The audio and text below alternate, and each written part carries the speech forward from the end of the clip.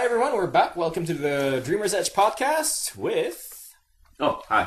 I'm Éric. I'm a teacher and a sometime writer. My name is Yannis. I'm a subtitle editor and sometimes cocktail enthusiast. I'm Frank. I'm a librarian. I'm on my 5th or 6th beer, so if nothing of this makes sense, you will know why. I'm Chris. I'm also a subtitle editor, sometimes writer. And I'm Dimitri, webmaster at dreamersedge.com and movie critic, intelligent critic for various sites, BillyDo.com, AskMan.com, blah, blah, blah. And actually, talking of sites, you know what, Yannis? This is a great occasion to, plug your site. Oh, geez. Thanks, Dimitri. That's great. For those who don't know me, which is probably the majority of humanity, in my spare time, I'm a cocktail enthusiast and whiskey enthusiast. Unfortunately, for those who are chomping at the bit to get to my site, it is currently down. That's what she said. Sorry, go on. I'm a whiskey enthusiast.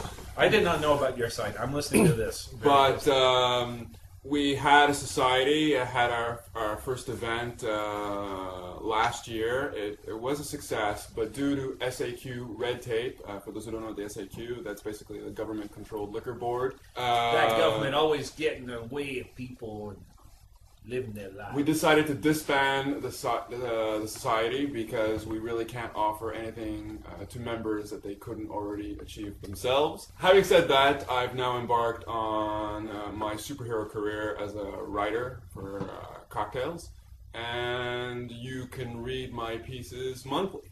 So stay tuned, and I'll probably get a blog up and running soon, so you can catch my name on Google. Totally, looking forward to that. And also, we'll make sure to link it over at thedreamersedge.com. Great, that'd be awesome. All right, so we last time we talked about random categories in the Oscars, and we're going to continue doing just that, starting with art direction. And our nominees are Avatar, The Imaginarium of Dr. Parnassus, 9... Really? Okay. Sherlock Holmes and The Young Victoria. All I can say is I really don't know what art direction is. Nonetheless, if I had to go with something, it certainly wouldn't be Sherlock Holmes, which was probably the worst looking film I've seen for a long time. Agreed. 9, I'm going to say no to, just on the strength of just that it's a musical. And I'll go with Imaginarium, just because I did enjoy what they finally came out with. And I don't want Avatar to win everything. I'd go for The Young Victoria just because Patrick Vermette, he's a Québécois, so... And he's also Patrice. Oh, Patrice, yeah, right. Oops, Patrice. Not suitable for work. So, Mr. Vermette, no, but that's it. Whenever there's a Québécois that are nominated, I'm like, yeah, you go. Don't even know their name. I'm going to go with Young Victoria as well. I'm really big on Victorian pieces, and, well, it doesn't get more Victorian than Queen Victoria. I agree with Frank. I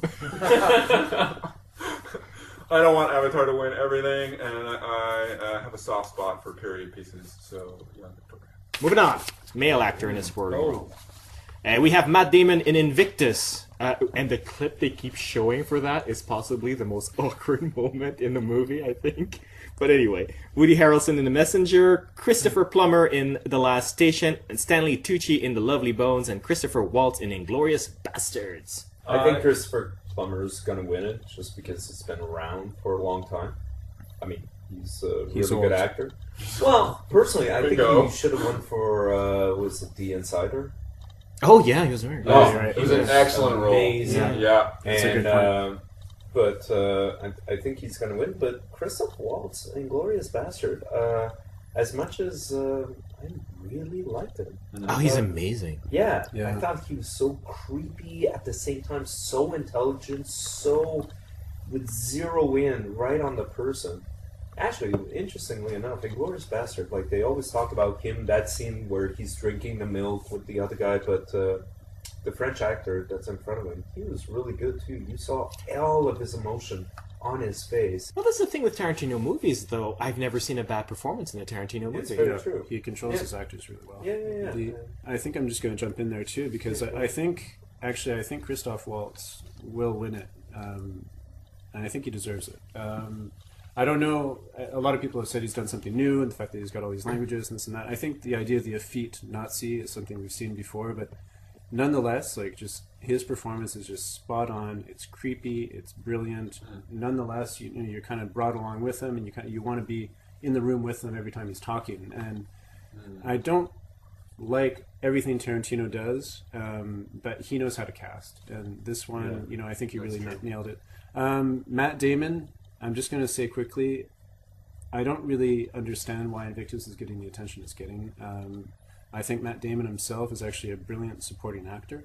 I didn't quite see it right away, and certainly it's maybe overshadowed now with the whole Bourne thing, but you look at Syriana and some of the other things he's done. I think he's really good. He doesn't really have much of a character in this part, though. And it's just like, I don't know why it's even there.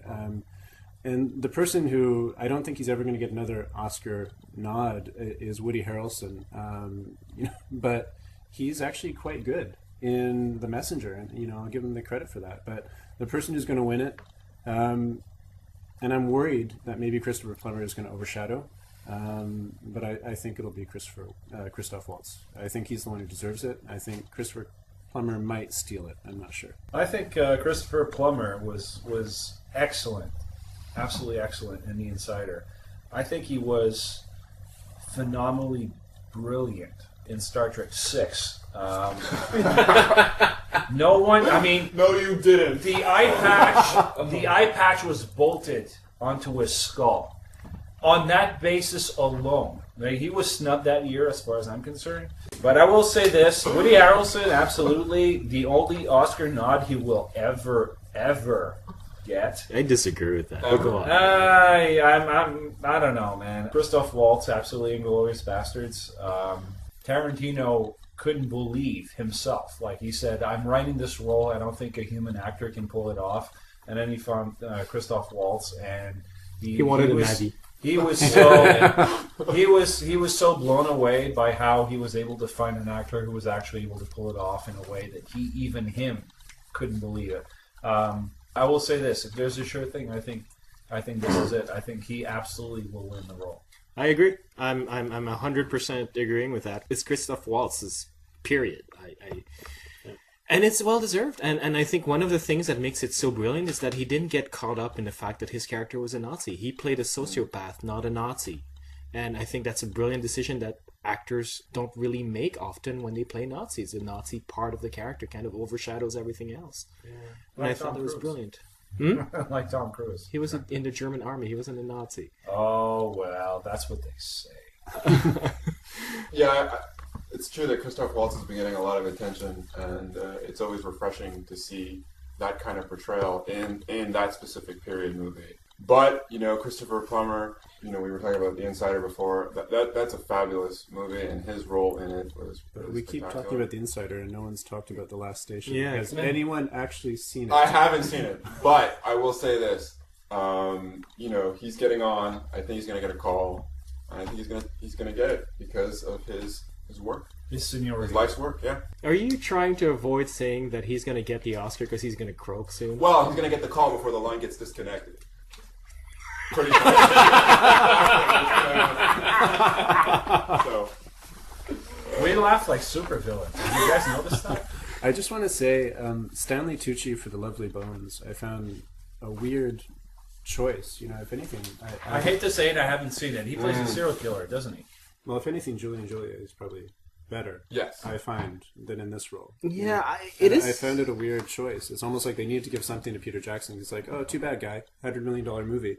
You screwed it up. That's a good point. I think they went like, oh my god, Stanley Tucci is amazing and everything. We got to give him something. And they went like, what's the last movie he played? That's the one. Yeah, exactly. Yeah, no, that's it. That's exactly it. They don't necessarily award like that performance, the best part. Yeah. They'll just be like, oh, you know what? He did all sorts of amazing things for his career. Well, a bit like we're talking about Christopher Plummer. Well, that's what we're saying. Yeah. So I think it'll be like, oh, he had a really good movie. It's pretty good. Oh, he's pretty good in it. Okay. Yeah. Look at Denzel Washington. I mean, there is such a tradition as the apology Oscar. It's like, we didn't give it to you For Malcolm in the X. roles that you deserved. And it's like a Christopher Plummer. It's going to be like a Lifetime Achievement Award. Yeah, but the thing with Denzel Washington, though, there was an extra factor. It was sort of like they all knew Halle Berry was going to get it, and there was all that race to recognize better African American actors before she gets it. Yeah.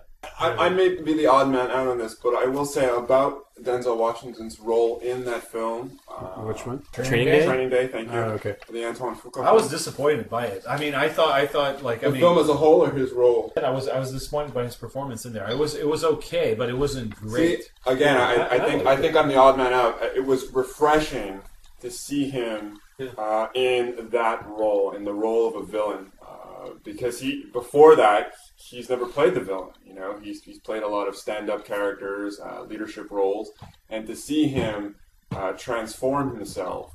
I mean, that was the film, right? Well, those performances were, those he monologues starts off were, as a leader, and then he slowly but surely throws. He starts off as a leader, but even at the beginning, you realize that he's not on the up and up, just as a function of his professional career, right? He's an undercover drug agent, and obviously, the film plays to that. But it was really surprising to see those monologues in the film that he was delivering. But it's also the way that he just looks at Ethan Hawke and he's like, I know. And you get the other one, and it's like, wow, talk about a guy that can hit the mark just right. Yeah. It's a good performance. I don't think it's one of his greatest performances. I don't think it's a performance that's nominated this year. Yeah. Good point. Sorry about that. Not like The Insider. Cinematography. Avatar, Harry Potter and the Half-Blood... Oh, really? Okay, Blood Prince. The Hurt Locker, Inglourious Bastards, The White Ribbon. Hurt Locker for me. I don't want to get into the Best Picture conversation just yet, but let's just say that I'm not sure Hurt Locker is going to win, so I get the feeling that they're going to end up giving it to Hurt Locker for cinematography. I think they're going to give it to Avatar, but personally, I really enjoyed the cinematography of Inglourious Bastard. Yeah, I actually loved it. I was going to jump in on that, and I thought the camera moved so well, and Yeah. it was so smooth, and I quite think beautiful. Inglourious Basterds actually deserves to Yeah. win this one. And maybe I'm making it seem like I like the movie more than I did, but certainly the camera work on it was quite nice. And just some of the colors in it were gorgeous. Do you guys think that a film like Avatar that's CG laden should even be in this type of? Well, that's what I was wondering. It's like Yeah, putting it's like- it up, or Yeah. You know what though? It is the wave of the future, right? Like like 50 years from now, we'll Yeah, be but that's we'll the be point. into 4D movies, and the 3D movies will be like the great classics. But I don't want to take anything Movies away that from... travel through time? Yes. I don't want to take anything away from CGI created pictures, because obviously obviously conveys a lot of emotion, human emotion, and sometimes you forget you're watching an animated feature. Yeah, and I wish I felt the same way about Avatar. Having said that, when I think of cinematography, I think of photography, and something that's created on a server or a team of servers sort of has nothing to do with photography. From my perspective, I think films like this don't belong in this category. They should belong in special effects or. Do you think though? Because there is something to say about a vision that you have, and seriously, like Avatar. Knock it down as much as you want. There is. well, when I think It of vision, is I doing think things. directing. It is doing things Good point. But still, cinematography just boils down to the look of the film, the approach, the camera work. But I just want to make a point here. When you're dealing with traditional cinematography, and I'm by no stretch a cinematographer or even an amateur cinematographer, so maybe I'm talking out of my ass. It's not hard to achieve your cinematographic effects when you have a room full of servers, and all you need to do is throw money in the room and buy tons of things that He did something. He General- did do something that no one's ever done before. Fine, but what I'm saying is, I think cinematography is really human driven. Now the argument can be where does the human drive and where does the machine begin? Maybe the argument can be made there, but for me, cinematography, it really has to do with human input and how the human eye perceives a landscape, and that's why I find it difficult for Avatar to be in this category, as any other CGI laden film. That's a fair point, and it's certainly why I certainly wouldn't want Avatar to win it. Well, that and the fact that I got nauseous from watching it. But I think it is going to get it because I think Avatar is going to take every technical award. I really do.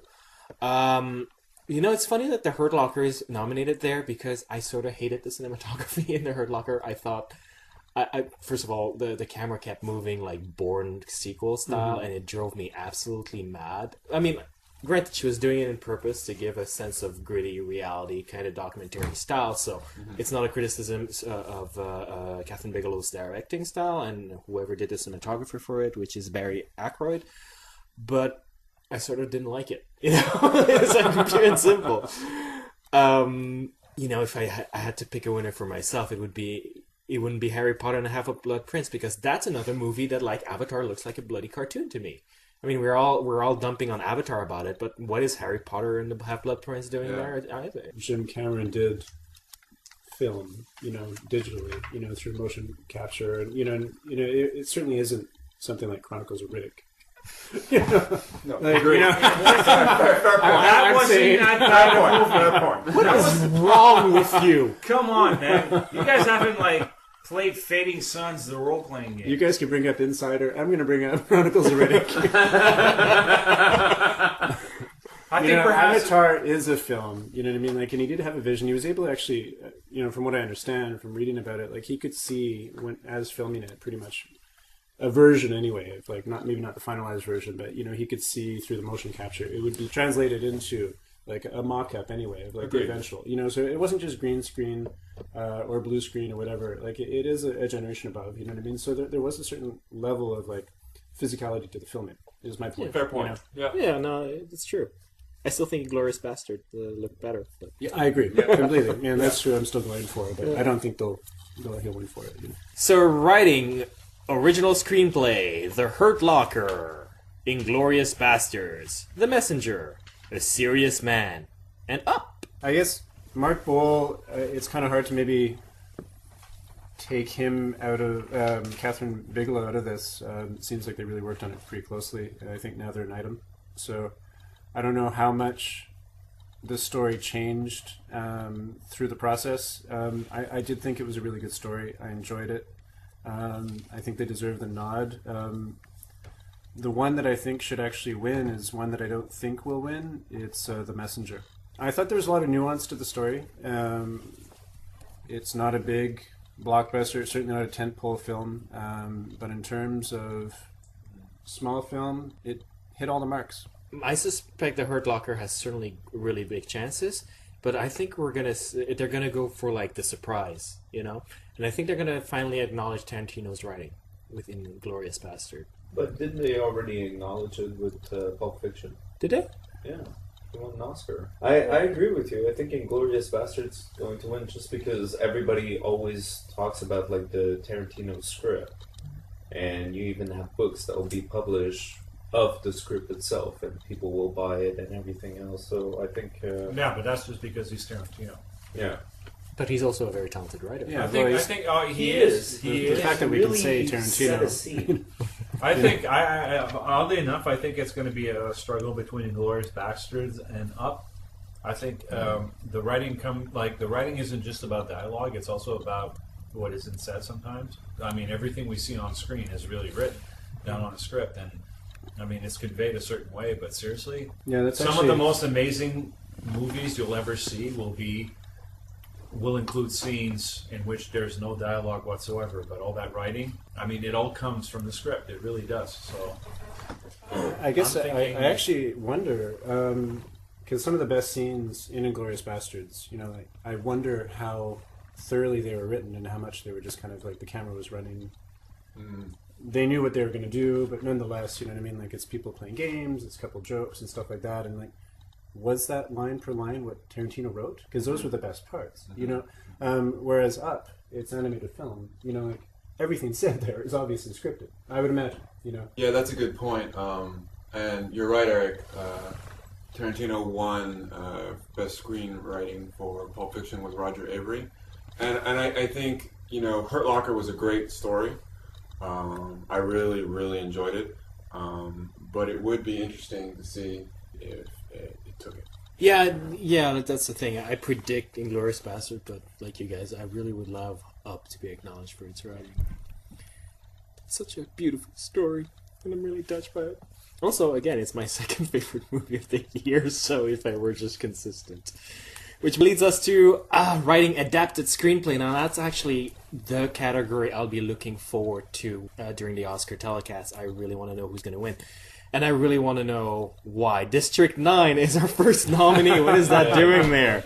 An Education, In the Loop, Precious, based on the novel Push by Sapphire, and Up in the Air. District 9 is sort of the phantom hit. And I'll be quite honest with you, I think it's going to come down to a battle between District 9 and Up in the Air. District 9? No, No, District 9 is... I'm just going to ask, what's it adapted from? It is adapted from short movie? a short movie. Yes. Yeah. Okay. Which was written by the same guy, people But- doing the same thing, but hey, longer. District 9 is an interesting movie. I don't think it has a shot to win in any way, shape, or form, but I think for some reason it's big enough that it overshadows every single other except Up in the Air. Really? Oh my god. Wow, Precious, based on the novel Push, less good than District 9. You know? I think this one's going to be really tight because I think Precious is getting a lot of attention. I think it might win. Is it? Not for me. But Clearly. the thing is, I think in Education, I don't think it's going to win anything else. And I think it deserves to win here. That's a good point. I don't know if it's going to get it. You know, I find it really hard to actually predict what's going to happen in this one. You know, outside of knowing that District 9 is not going to win, I'm pretty sure. I'm going to go out and say that. But If District 9 I would wins, really- you guys are all buying me around. Fair enough. I would really like an Education to win. I don't know if it's going to. Actually, I forgot that In the Loop is there, and actually that's a brilliant screenplay. But that just throws everything off. Well, that's the thing. That's why it's the category I'm going to be looking forward to, because apart from District 9, Frank, all those nominees there, it's a really tight race, and they're all really interesting screenplays. For my money, I hope Up in the Air is going to win, and I'm going to put my prediction on it as well. That movie really, I thought, is one of the most important comedies of the decade. I really do feel that way. It's very apropos, yeah. It's very apropos. It's Very. it says all of the things that I wish Capitalism: A Love Story had bothered exploring. I really want that script to win. Yeah, I think you're probably right. Yeah. Well, one script I'd like to, I'm glad it got the nod, is In the Loop, because I thought that was really funny. And just the pacing of it, everything else. I mean, Frank, District 9, come on. Yeah. It was a short story. It was a Don't short you movie. It was probably better as a short movie than having Don't you whatever I understand? saw. They speak in South African. Ooh. Right off the bat. Oh my god. I feel like somebody shot me in the knee and I'm reeling from Frank's comment.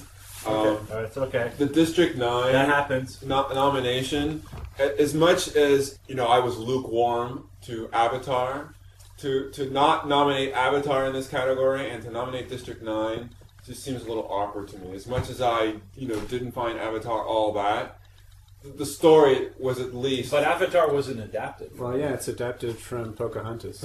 Oh, come on. Dances with Wolves is a closer parallel to me than Pocahontas. Mind you, I haven't seen Pocahontas, but anyways. I mean, could it be that we're at the point where Hollywood is so starving for some kind of sci-fi narrative that they had to throw this...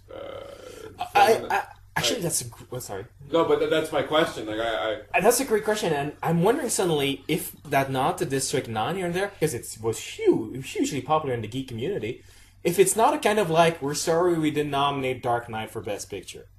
Well, yeah, for sure. That's what it was. But the thing is, when they opened up the Oscar list, you would have thought it was going to be Star Trek who got in there, not District 9. Good point, yeah. that's a good point. And But the Star nerds Trek didn't like is Star Trek. Everybody's looking at me. Don't worry, loyal Star Trek fans. I shall carry on the fire and the fight in your name. Yeah. Hopefully it'll rain outside. And you know what? That's one thing that Yannis, you brought up as well. When we brought up Avatar, it's worth noting that Avatar, who's one of the main contenders for Best Picture of the year, I think, no nomination for screenplay. Well, that's interesting because that's very rare. It's happened before, I think, with Gladiator. I wonder why. Yeah, seriously. Jeez. Oh no, come on! The emotional arc of the main character from going from grim and gritty to grim and gritty. Wow! And he wants to be a farmer. Impressive. Yeah. It's like, no, we just took the first act of Ben-Hur. That's a script. But I just started screaming at the screen as to all the historical inaccuracies, but that's what a bachelor's in history will get you. alrighty, are we already there? Film editing, we are already there. Avatar, District 9. See, that's fair enough. The Hurt Locker, Inglourious Basterds, Precious, based on the novel Push by Sapphire. I think it would actually be Inglourious Basterds for me in this one. With Hurt Locker as maybe the more likely. I'm echoing exactly the same feelings. My personal favorite would be Inglourious Basterds. Film editing, often they do not acknowledge that not cutting is an editing choice. Exactly. And Inglourious Basterds really shows you how well you can build tension by doing just that, not cutting. But Hurt Locker seems to be almost a shoo-in at that point. Well, yeah. And I'm wondering maybe Avatar is going to win, but I completely agree with you. Inglourious Bastard, I mean, it's kind of interesting sometimes not cutting on somebody's face and just letting there, and then something comes out of it, and that's pretty interesting to see. And there's moments, you see Brad Pitt, and we talked about the scene at the beginning, like just the tension, the milk scene, like there. I mean, the tension itself, and you're just keeping on the face, and you read all of these emotions. Other films, other directors, they would cut it right there, and you wouldn't really get it. You'd get the voice, and not seeing the reaction of the other person. So, I mean, personally, just that scene itself, I think, is worth the Oscar. I think Avatar's going to win it, but I'm definitely agreeing with Éric in terms of Inglourious Basterds. To me, the cafe scene was absolutely phenomenal. Again, not a lot of cutting there, but Yeah, that's the thing with Inglourious Basterds, though, because you named the cafe scene as your favorite scene. Everybody has a different favorite scene in that movie because they're all amazing scenes. And they're like short films. Yeah. They're just they're nuggets. They're just nicely polished. And I think he wrote the story also over like 10 years or something like that. And it almost we get feels a lot like of movies that have been written for 10 years. Yeah, it's about true. Up was the same way, right? Yeah. Yeah, but this one, you really feel like, okay, he's done this chapter, then he's kind of put it away, and then he's kind of like taken it out of, and it doesn't always fit perfectly, you know what I mean? But it's just, each of those segments is just so well crafted. Yeah, I agree. I think, like the fast cuts and stuff like that, I mean, that's been done before, and we've seen some really great work. And because I think Inglourious Basterds may not get the nod in other categories, definitely deserve. Alrighty then, it's time for Best Director.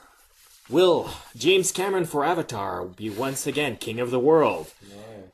Will Catherine Bigelow, his ex-wife, win for The Hurt Locker? Will Quentin Tarantino finally get acknowledged as a director for Inglourious Basterds? Will Lee Daniels get it for Precious based on the novel Push by Sapphire for choosing not to edit down the title? And will Jason Reitman get it for Up in the Air? I think it's time for a woman director to win for making an action picture which seriously drives up the adrenaline. Like it's high time. And James Cameron himself has actually said, "I hope my ex-wife wins." He didn't say, "I hope you give it to her," which would sound slightly condescending. But women in Hollywood have to direct romantic comedies right now, and it's high time that we get a different perspective. And I think that she did an awesome job with The Hurt Locker. So absolutely, I hope she wins, and I think she'll win. Yeah, I completely agree with Frank. How does the ballot system work? From what I understand, everyone puts in their list of names. If there's not right away like a clear consensus, then it goes around to the second, and it goes around to the third. Yeah. So there's sometimes a surprise in terms of who we get. That's and as a result, I think everyone thinks Bigelow's going to get it. And I certainly think there's going to be a lot of politics in the voting. There's certainly a lot of female members of the Academy who probably really wanted to get it. Right. But at the same time, James Cameron gave jobs to a whole lot of people. Yeah. And as a result, I think that might stick up. a little bit higher, even though I don't necessarily think he's going to win. He's very vocal about the fact that he wants his wife to win. No, but Chris has a point. I don't, you know what I mean? Like, I think it's just the function of the you know, I guess the economics of the way it works. I have a feeling he might win it, and if he doesn't, you know what I mean? Then I think it might be Bigelow. You know, I think she certainly deserves it. You know what I mean? Like, this is, you know, but I have a feeling Cameron might end up getting it just because there's a lot of people who kind of need to thank him. Yeah, because and there's like 10 years of investment in this film. Yeah, I mean, there are members of the academies who have friends and families and colleagues in the business, and you're right. I think that's a very good point. No, I think Avatar is going to win it. I still think the directing of Inglourious Bastard was really good. Yeah. I really think Tarantino is a very talented director, not just a talented scriptwriter. I don't know. I don't think it's going to be his time yet for to get the Oscar. You know, like we were saying before, like sometimes they give a lot of apologies Oscar, like Martin Scorsese. Oh yeah, that was the most obvious one. Yeah, exactly. But Raging Bull, that deserves an Oscar right there. Yeah. Goodfellas. I mean, They did the same thing with John Wayne when they found out he had cancer. It's like, hey, let's give him a lifetime achievement award while he's still alive. Yeah, exactly. Yeah, that's a good point. And since Tarantino takes such a long time in between making movies, maybe they'll feel that, hey, might be our chance. But I have to agree with Frank about Catherine Bigelow's role. Mm-hmm. Personally, though, Jason Reitman. Okay, if you look at the best supporting actors, two of the female supporting actors are from his movie, and in a male actor, well, the third star of his movie is nominated. Maybe that's a sign that the director's doing a banging up job if he can get all those performances nominated like that. Mm-hmm. And I mean, I've yet to see Jason Reitman make a movie that doesn't just engage me and make me crazy about it. So. Yeah, that's a good point. Yeah, no, he's great. He is great. This is why we have to limit the number of movies that are nominated to 5. Well, since you're segueing us like a pro, why don't you go ahead, Frank? Okay. Best Picture. Avatar, The Blind Side, District 9. Yay. No, I'm joking. An Education, The Hurt Locker, Inglourious Bastards. Precious, based on the novel Push by Sapphire. That's a mouthful. A Serious Man, Up, and then Up in the Air. Okay, the bottom line is this, okay, and I'm pretty much sure that my views hold up to Oscar history. In Oscar history, the pattern basically breaks down like this. There's the heavyweight in the nominations.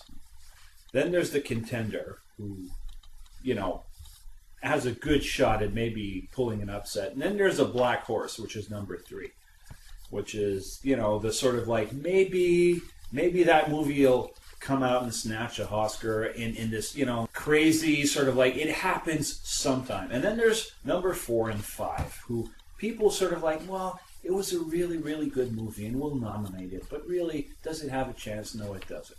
So what they've done, you know, is essentially, instead of having the pattern which they've had for a long time, which is, you know, the contender, the heavyweight, and the black horse, and then the last 2 movies that have no chance to win whatsoever. We'll have a heavyweight, a contender, a black horse, and then 7 movies that have no chance to win. What the hell are they doing? My theory is that ABC is trying to make the Oscar telecast as boring as humanly possible. After outdoing themselves last year with like a speech for every nominee that was just such a big suck-up fest, they went like, how can we beat that in the boredom factor? And they went like, oh, I know. We're going to have to summarize 10 freaking movies throughout the telecast. I have no understanding of why they expanded this category, because all you're doing at the end of the day is you're just making more people disappointed. You're telling more people with their movies or whatever, it's like, you know, your movie's really nice. We're going to pretend for a little while that you actually have a shot. Seriously, boil it down to 5. I mean, I think they can boil it down to 5 in a year. Even if you're nominated, I mean, it's good publicity for that film, right? Yeah, you know, which is the other argument. Life. It's the other argument that they're... I could see them where they're like, hey, why don't you nominate more? We'll get more people to go see our films just because, it's the award show. We need to see, what are the movies that are nominated? You see it on the weekend. Like, you see people like, why don't we go see the Oscar films? Come on, like, we'll go out. And That's exactly why they did it. That's exactly. It makes perfect sense. Yeah, it does. It's the industry argument, right? We need more money, so hey, look, here's a movie you should see. That being said, Hurt Locker. Hurt Locker? You're calling Hurt Locker? I want Hurt Locker to win. You said you had a black horse. You had a heavyweight. Yeah. Which are There's they? the heavyweight, which is number one. There's the contender, which is number two. Which movies are they this year? Okay, very good question. Well, it boils down to Avatar, Blindside, and Glorious Bastards. So Avatar is the heavyweight, Blindside is the contender. Hurt Locker. Blindside? Did I say just Blindside? You said Blindside. Oh! Let's just rewind that bit. Yeah, it was Avatar better is the heavyweight, tonight. Hurt Locker as the contender, and Glorious Bastards as the black horse. Okay. And everybody else will not win ever. What amuses me about it is that if you look at the other nomination, especially in the big categories, you can tell which are the real 5 nominees. Yeah. It's Avatar, it's The Hurt Locker, it's Inglourious Bastards, it's Precious, and Up in the Air. That said, if anything's going to win Best Picture, it'd kind of be nice to have an upset and get Up in as the other animated film as opposed to Avatar. And actually get an animated film with the Best Picture. That would be pretty good. I really like it. I think it's a full movie. It's the spectacle, it's emotional, it's imaginative to a level that a lot of these films aren't, you know. Some of them are gritty, some of them are this, some of them are slice of life, you know what I mean? But if I think of cinema, I want to go to actually something I go to the theater and kind of lose myself. Yeah. That's Something a good like point. that, you know? You wouldn't see it, you can read it in a book. It's not the same thing. Like, a movie is the perfect way to tell that story. All these films are of the 5 major films that are in this category, I mean, are all worthy films. But the issue I have with them is that they're all human experiences that we've had before and will have again in terms of, you know, their content and story and narrative. I think, however, this year when I think of a film that really blew me away, I mean, it was really Up in its simplicity. It did everything right. And it's so nice to see that particular medium, the animation medium, really break ground. I mean, in terms of emotion, narrative, and so I think that would be an amazing thing for it. But you know, Hurt Locker was an excellent film. I think Avatar is going to win for what I'm going to dub the Dark Knight apology. Although The Blind Side is the movie that's going to change America. Hurt Locker, which has probably got, I think it's earned as much as Avatar spent on its probably coffee catering. You know, I think it's amazing that it's on the same list. You know, Yeah, that's true. Yeah, and it's just agreed. But the thing is, the Oscar nods usually do go to the big I mean, draw too. You know what I mean? Yeah. Like, that's what it comes down to. So you know, I think Dimitri makes a lot of sense. I think Avatar will win. Yeah, I mean, Avatar, you know, everybody's hitched their wagon to the Avatar star, and I think that it's doing a lot for the industry and will do a lot in terms of where it's at the bar. So for it not to get the award would seem kind of strange. That's an amazing mixed metaphor, by the way. Thanks for listening, folks, and that's it for our Oscar special. If you have any comments or predictions of your own, please post a comment at thedreamersedge.com or mail us at mail@thedreamersedge.com. Bye-bye.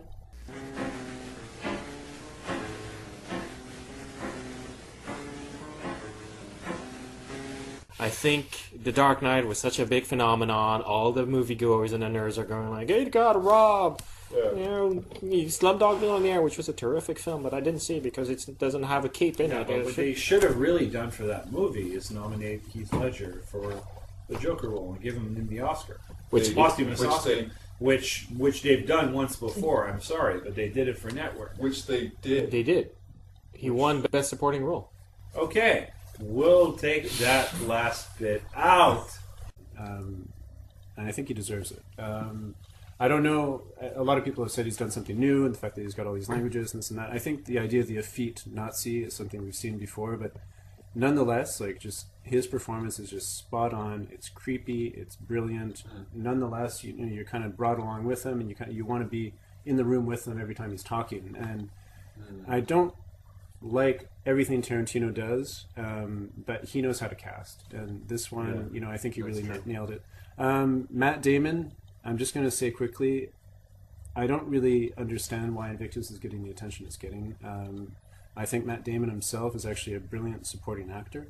I didn't quite see it right away, and it's maybe overshadowed now with the whole Bourne thing, but you look at Syriana and some of the other things he's done, I think he's really good. He doesn't really have much of a character in this part, though, and it's just like, I don't know why it's even there. And the person who I don't think he's ever going to get another Oscar nod is Woody Harrelson, but he's actually quite good in The Messenger, and I'll give him the credit for that. But the person who's going to win it,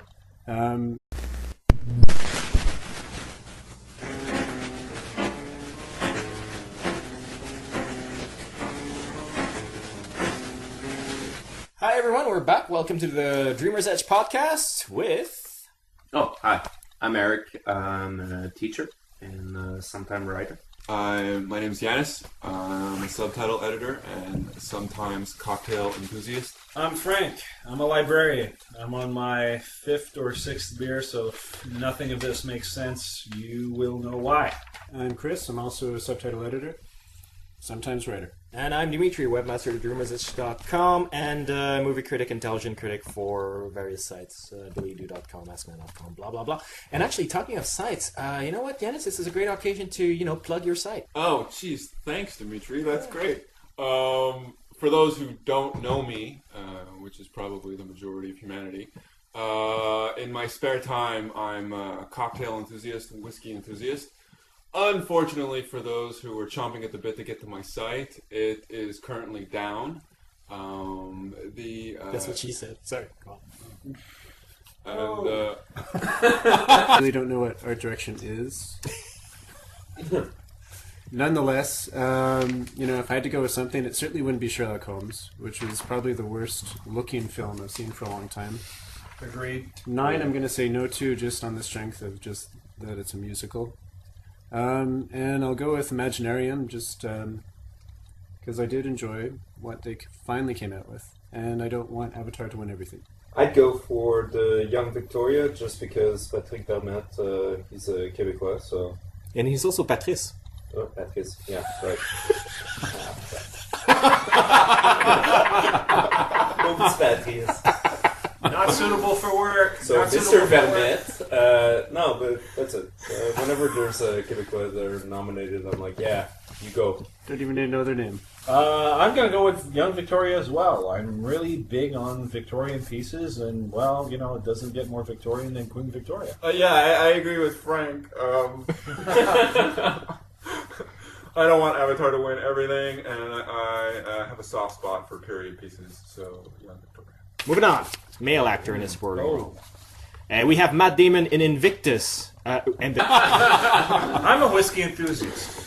I did not know about your site. I'm listening to this. But we had a society, had our first event last year. It was a success, but due to SAQ red tape, for those who don't know the SAQ, that's basically the government-controlled liquor board. That government always getting in the way of people and living their lives. We decided to disband the society because we really can't offer anything to members that they couldn't already achieve themselves. Having said that, I've now embarked on my superhero career as a writer for cocktails, and you can read my pieces monthly.